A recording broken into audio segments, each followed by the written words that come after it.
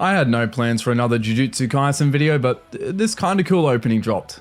It looks pretty. So if there's one name you need to lodge into your brain, it's Yuki Kamiya, who directed, storyboarded, did compositing, here's an example on screen of what that means, and text, because half the viewers would have clicked off by the time I would have read all that out. And editing. Yeah, he did a lot.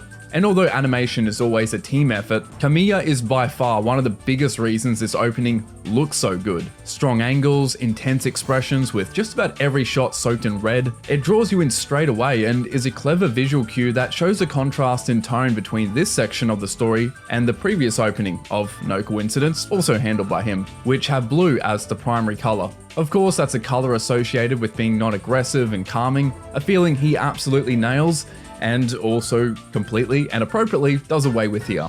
And I know cinematic is an overused no-no word, but it definitely fits here, and that's very much tied to Kamiya's background as a videographer himself. Yeah, surprisingly, he hasn't been doing this anime thing for that long. Kamiya's early work in the early 2010s was mostly around video, although even then he had his hand in so many fields, from drawing realistic portraits to directing Mitsubishi ads to then designing whatever this is for MTV Japan. He really was everywhere, although his main work was around directing, editing, color grading, and doing motion graphics. And even then, you can see his skill for eye-catching composition and distinctive lighting. Now, he would still occasionally do anime-related work with illustrations and was in charge of a music video in 2017, but Darling in the Franxx would mark his first proper debut. Now, it was for visual and motion design, no directing, but you know, a pretty big title to be starting off with. However, where he would really get the creative reins, you could say, was again with anime music videos, which would sort of become a trend for him.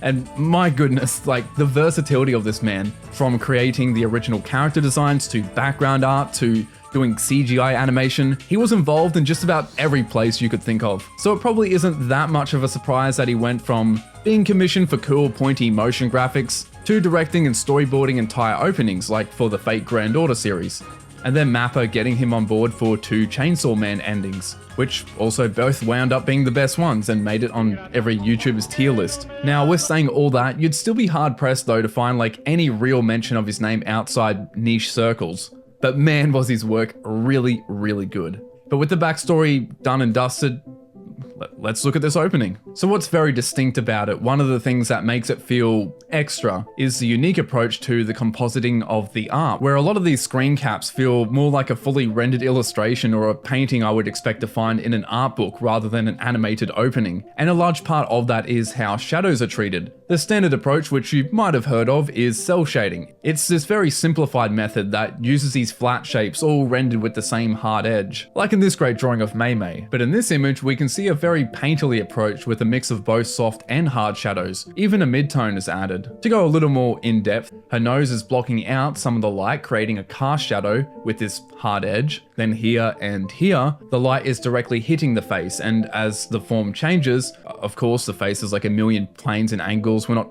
drawing a flat smiley face, the light gradually wraps around, creating a soft shadow. Then on top of that is the addition of surface texture, added between the Terminator line. Yeah, I know, weird lingo, bear with me. It's a fancy term to describe where light and shadow meet. And by adding detail around this area, it can give us a lot more information. And there is certainly more than one way to do it. Mangaka and comic artists usually go about it with hatching, and a good one can imply a lot. For example, it could give the impression that a piece of clothing is silky or maybe thick and leathery, like in this drawing. But in this case, though, it's implied through brushwork. Back to this frame, we can see it added just for the clothing with this rough, chalky-like brush. Here in this one, it's applied to the hands and arms. It's just very rare to see an approach like this, especially in mainstream TV anime, and it's the reason when you put these two images side by side, the one on the right feels a little more special, because with this approach, you're getting a lot more visual information that you usually wouldn't, which is why even for people who don't pay too much to this side of anime, there's still that feeling of more. This is better than what I usually see. I don't know why, but this looks really good.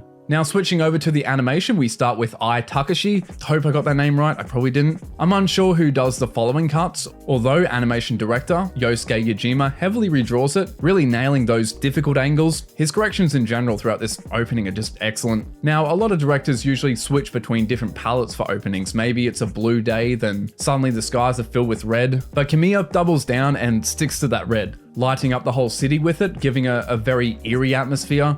before a clever transition using an elevator or something to a pile of floating bodies, which is really cool. Not the dead body part, the composition. The outer part of the frame is very dark, while the center where the text sits is lit up. It creates a strong contrast and draws you straight to the title card. Nice.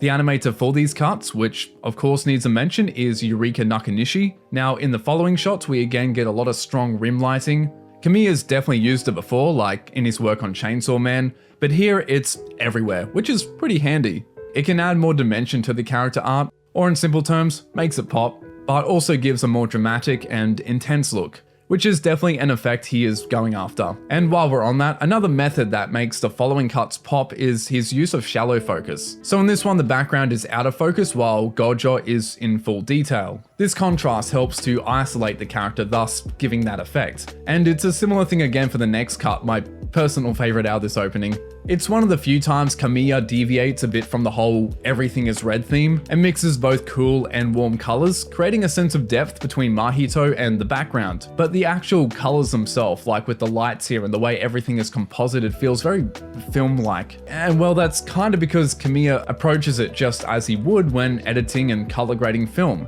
In this comparison, if we go on with the color picker tool, you can see the way he's done this. We've got the exact same bluish light, even the values are pretty much the same. And if we zoom in closer, there's that grainy texture added. And it may be a little harder to make out in this cut of the opening, but around the light and the top of this guy's head, it's pretty clear. But yeah, essentially it's the same approach, and I think it's less about him trying to imitate the look of film and really him just going off the way he's always done things. Now going forward a bit, Nakanishi is back. Having the camera placed in the mouth is certainly a clever way to frame things by Kamiya, but equal credit to Nakanishi for being able to actually draw and animate it. Then right after, we have the most hectic bit of animation by the man himself, Keiichiro Watanabe. He's the guy behind the insanely cool fight between Gojo and Sukuna, which I've also broken down before, so check it out, as well as some of the craziest action on this series in general. You can also find him in other niche shows like One Punch Man, Mob Psycho, Chainsaw Man. And what I love here is that unrestrained energy with firstly that breakneck speed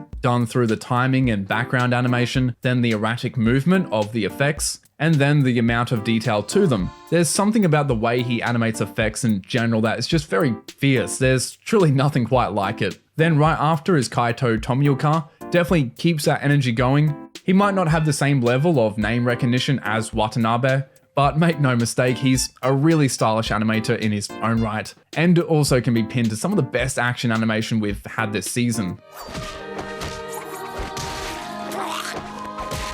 Yeah, totally forgot how good that scene was. It's amazing he's been only around since 2018. Now at this point, I'm running out of words to praise Kamiya because the following cuts are wild. Looking at the original sketches he did for these scenes, there's just so much intensity in the faces and composition, and full credit to the animation staff for actually bringing that over.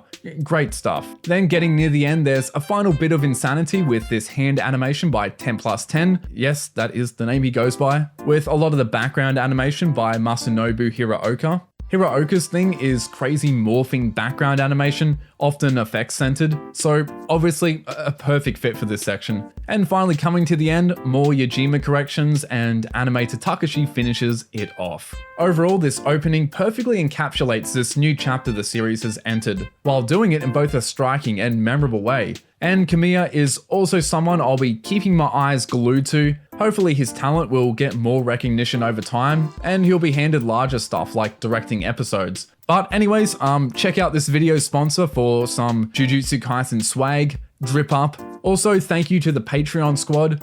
You can support the channel over there. But with that, thanks as always for watching, and I'll see you later.